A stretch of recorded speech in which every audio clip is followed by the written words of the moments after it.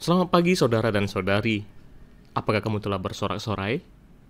Hidup kita bukan hanya sekedar bebas dari dosa dan dapat masuk ke surga. Namun, sungguh berharga karena Tuhan telah memberikan kita hidup yang paling mulia. Kita memiliki kehidupan yang begitu mulia dan yang bermakna. Tuhan telah meninggalkan kita di bumi ini, sehingga kita dapat membangun jemaat yang berkenan baginya. Dia telah mempercayakan setiap kita. Kita yang sebagai orang yang percaya, seharusnya mengambil bagian dalam membangun rumah tangga Allah. Apakah kamu bersedia menerima tugas ini? Dapat saya katakan bahwa zaman sekarang ini adalah tahap akhir dari penggenapan jemaat. Ini adalah tahap akhir zaman. Tuhan akan segera datang. Saya bersyukur pada Tuhan lagi dan lagi karena telah menempatkan saya di zaman ini. Karena inilah waktu penggenapannya. Dapat saya katakan bahwa kita adalah yang menanti kedatangannya. Saya harap agar saudari dan diri saya sendiri dapat mengemban tugas ini bersama-sama. Saya harap agar saat Tuhan datang, ada mempelai yang paling mulia yang selalu menanti dan yang menyambutnya. Saudara dan saudari, marilah kita sehati bersama. Marilah kita bersama-sama mempersembahkan cinta kita di dalam kebun anggur.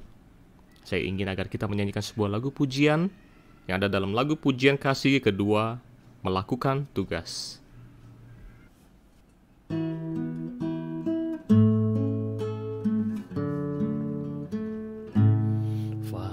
Fajar sinari tanah tidur, membangunkan jiwa. Kasihnya luas dan tiada batas. Dalamku merasakan kasihnya sempurna.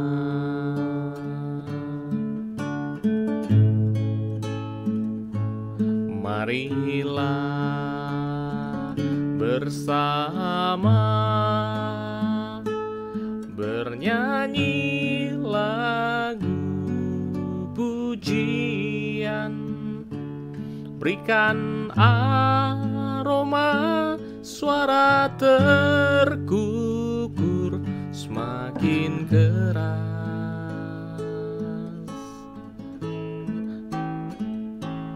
Bangkitlah dan tinggalkan hayalan sombong, keluhan. Tanah perjanjian beristirahat, marilah.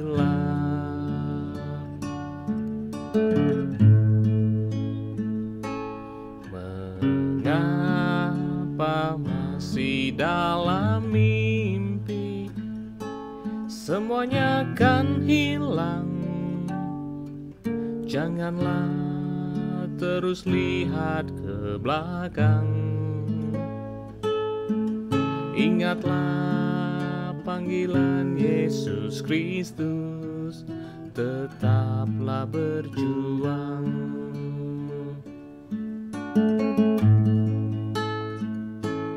Marilah,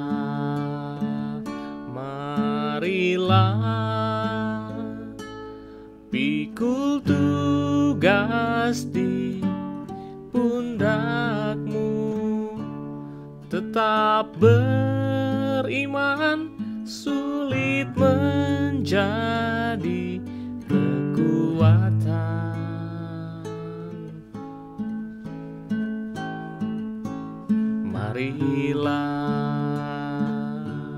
Marilah, pikul tugas di pundakmu, hati yang teguh, mari berjuang bersama. Marilah.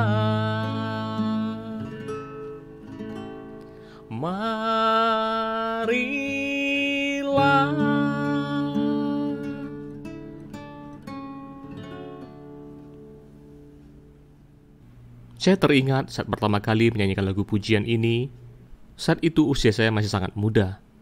Saya merasa sangat bersyukur karena di masa muda saya telah mengetahui akan kehendak Tuhan. Saya tahu akan apa yang diinginkan oleh Tuhan, dan Dia telah menyerahkan jemaat. Dia telah mengutus kamu dan saya, sehingga kita dapat menggunakan masa muda dan hidup kita untuk merespon akan kasih-Nya. Saya telah menyanyikan lagu pujian ini selama lebih dari 20 hingga 30 tahun. Namun keinginan kami untuk membangun jemaat masih terus berlanjut. Iman kita sama sekali tidaklah lemah. Saya benar-benar harus bersyukur pada Tuhan karena kasih karunia-Nya telah menjaga kami hingga sekarang ini. Dan Dia akan terus mengungkapkan di sepanjang perjalanan kita. Dia telah membuka hatinya agar kita dapat lebih mengenal akan kebenaran, untuk mengetahui akan kandungan dari amanat-Nya. Saudara dan saudari, marilah kita melupakan apa yang di belakang dan berusaha mengarahkan diri pada apa yang di depan. Mengarah pada tujuan, dengan mengabaikan akan keindahan ataupun kelemahan yang di masa lalu. Jangan lagi melihat ke belakang. Marilah kita percaya pada Tuhan serta memikul tugas di atas pundak kita.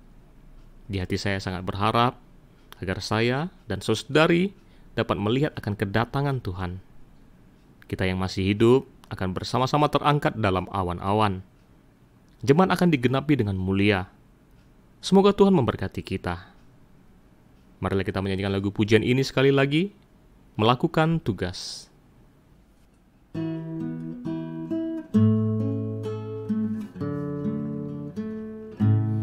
Fajar sinari tanah tidur, membangunkan jiwa. Kasih-Nya luas dan tiada batas. Dalamku merasakan kasih-Nya sempurna.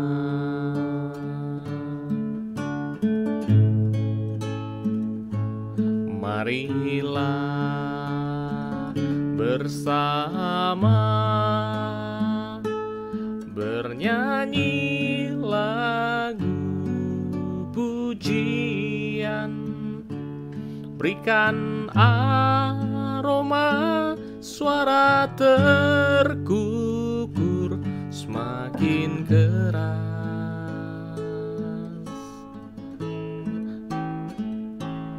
Bangkitlah dan tinggalkan hayalan sombong, keluhan. Tanah perjanjian beristirahat, marilah.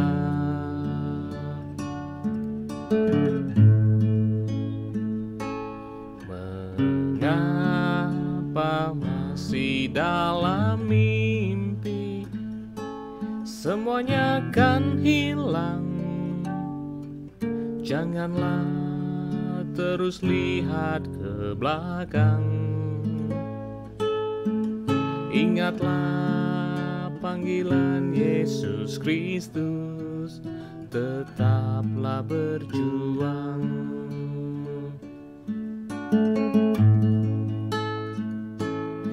Marilah,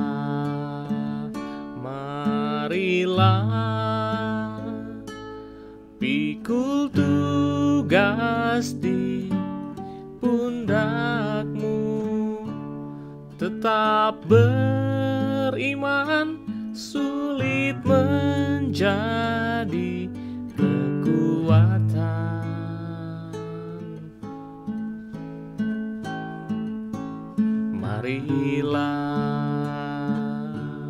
Marilah,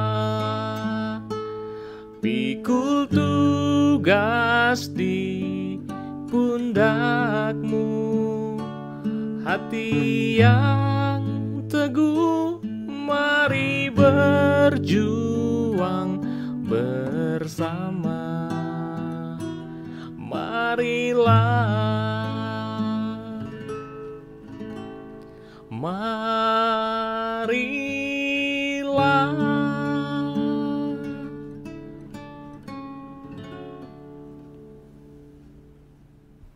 Marilah kita bersama-sama bersyukur dan menyembah. Tuhan, saya benar-benar bersyukur karena dalam zaman akhir dari jemaat ini, Engkau telah menyelamatkan kami. Engkau telah mengutus kami, telah membuka hatimu pada kami, serta memberitahu kami akan impian cintamu. Yang paling Engkau ingini adalah sebuah rumah tangga yang paling mulia, sebuah jemaat yang berkenan bagimu. Ya Tuhan, saya sangat bersyukur padamu, karena hidup kami dapat terhubung denganmu, dan saya ingin untuk selalu berkoordinasi dengan kehendak-Mu dalam segala keputusan yang saya ambil, agar dapat selalu terhubung denganmu. Semoga Engkau membangunkan saya dan semua saudari, agar dapat saling mengasihi, agar dapat melakukan tugas bersama-sama, agar di zaman ini dapat bersama-sama menggenapi kehendak-Mu. Ya Tuhan, bantulah kami agar tidak memandang di masa yang lalu.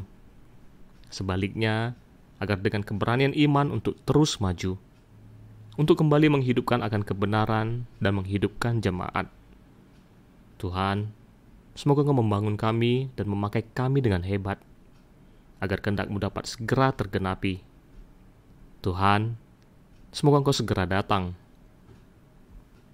Saudara dan saudari, marilah kita luangkan waktu untuk menenangkan diri, untuk menyembah pada Tuhan dan menyerahkan hatimu padanya, mempersembahkan dirimu pada hati Tuhan dan pada impian kasih-Nya. Katakanlah itu padanya, karena Dia membutuhkanmu. Ayat-ayat yang akan kita baca hari ini ada dalam Injil Matius pasal ke-20 ayat 1-16, yaitu tentang perumpamaan yang dibagikan oleh Tuhan. Dia mengatakan bagaimana Allah akan memberikan upah kepada hamba-Nya. Di dalam perumpamaan ini ada seorang yang memiliki kebun anggur. Dia mempekerjakan para pekerja untuk bekerja di kebun anggur miliknya tersebut. Sebagai imbalannya, dia akan memberikan upah pada mereka. Kelompok pertama adalah yang bekerja pada pukul 6 pagi, dan selanjutnya terdapat 6 interval waktu. Dan kelompok terakhir yang bekerja adalah pada pukul 5 sore. Mereka yang terakhir bekerja ini hanya bekerja selama 1 jam saja, namun mereka juga menerima upah sebanyak 1 dinar. Lalu timbullah perasaan yang tidak adil dari kelompok pertama yang telah mulai bekerja dari pukul 6 pagi. Jadi mereka mulai mengeluh dan bersungut-sungut pada tuannya. Namun, sebenarnya itu adalah upah yang telah disepakati oleh kedua belah pihak. Tuan tersebut tidaklah memperlakukan mereka dengan tidak adil, karena ia telah memenuhi apa yang telah disepakati. Itu adalah yang terserah pada tuannya akan berapa banyak yang ingin ia bayarkan kepada para pekerjanya. Bagaimana kalau kita membacanya bersama-sama, yaitu dalam Injil Matius pasal ke-20 ayat 1-16. Adapun hal kerajaan sorga sama seperti seorang tuan rumah yang pagi-pagi benar keluar mencari pekerja-pekerja untuk kebun anggurnya. Setelah ia sepakat dengan pekerja-pekerja itu mengenai upah sedinar sehari, ia menyuruh mereka ke kebun anggurnya. Kira-kira pukul 9 pagi, ia keluar pula dan dilihatnya ada lagi orang-orang lain menganggur di pasar.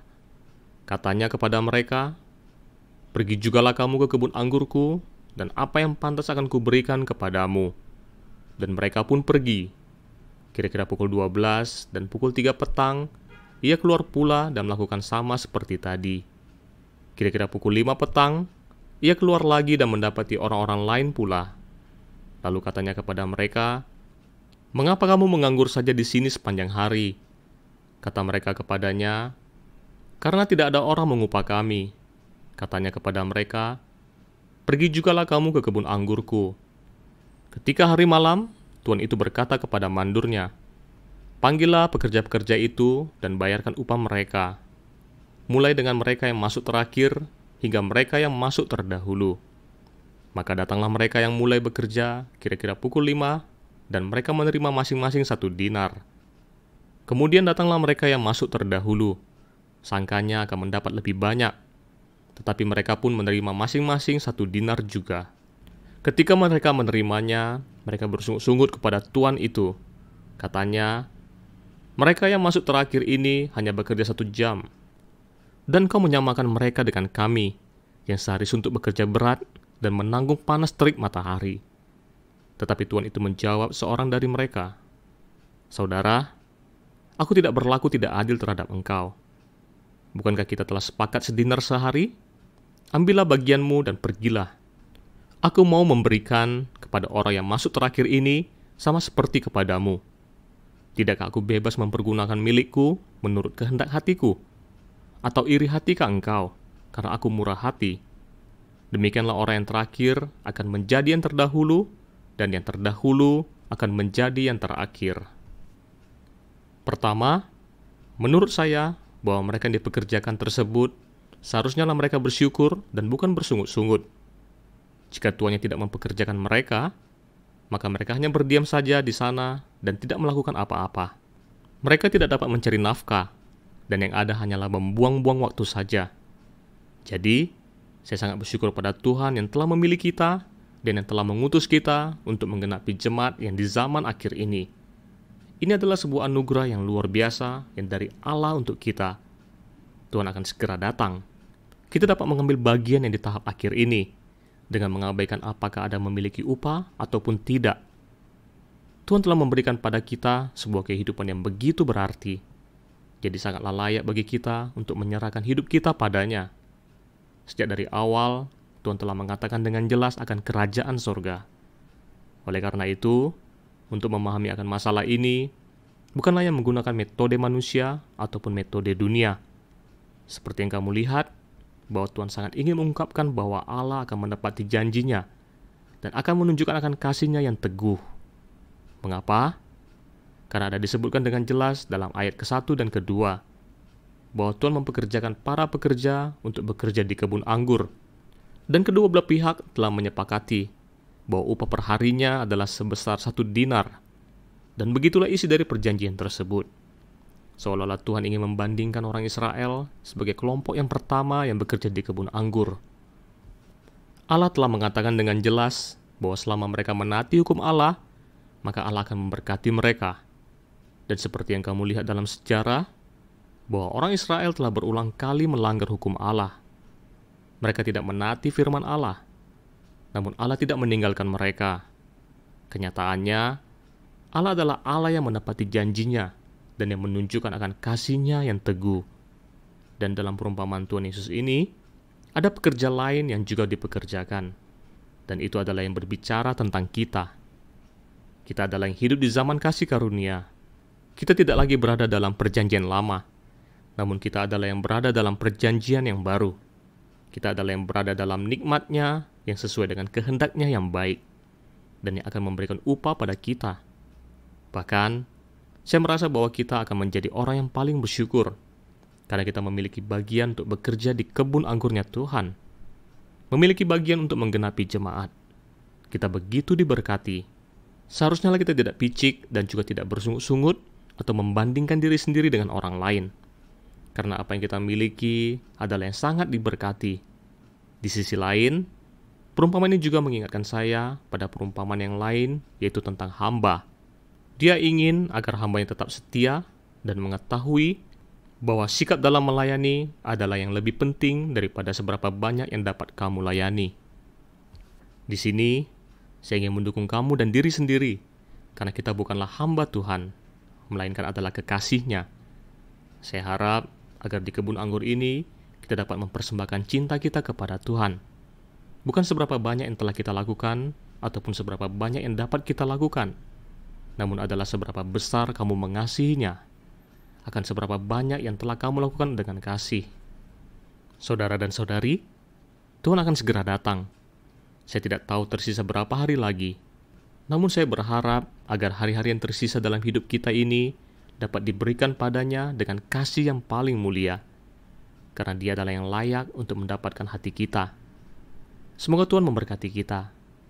Jadi, marilah kita bersama-sama menyembah. Tuhan, terima kasih karena di zaman ini Engkau telah memilih dan mengutus kami. Semoga Engkau membukakan hati-Mu pada kami, untuk menunjukkan pada kami akan apa yang Engkau ingini. Engkau adalah kekasih kami yang sejati. Engkau akan datang sebagai mempelai pria. Engkau telah memberikan kebun anggur-Mu pada kami. Tuhan, bantulah kami agar mempersembahkan cinta kami padamu di kebun anggur. Ya Tuhan, bantulah kami untuk melihat bahwa kami adalah orang yang paling diberkati, Kami tidak mau menjadi picik atau membandingkan diri sendiri dengan orang lain. Tuhan, agar di zaman akhir ini kami dapat mengasihi-Mu dengan sepenuh hati. Semoga Engkau membantu kami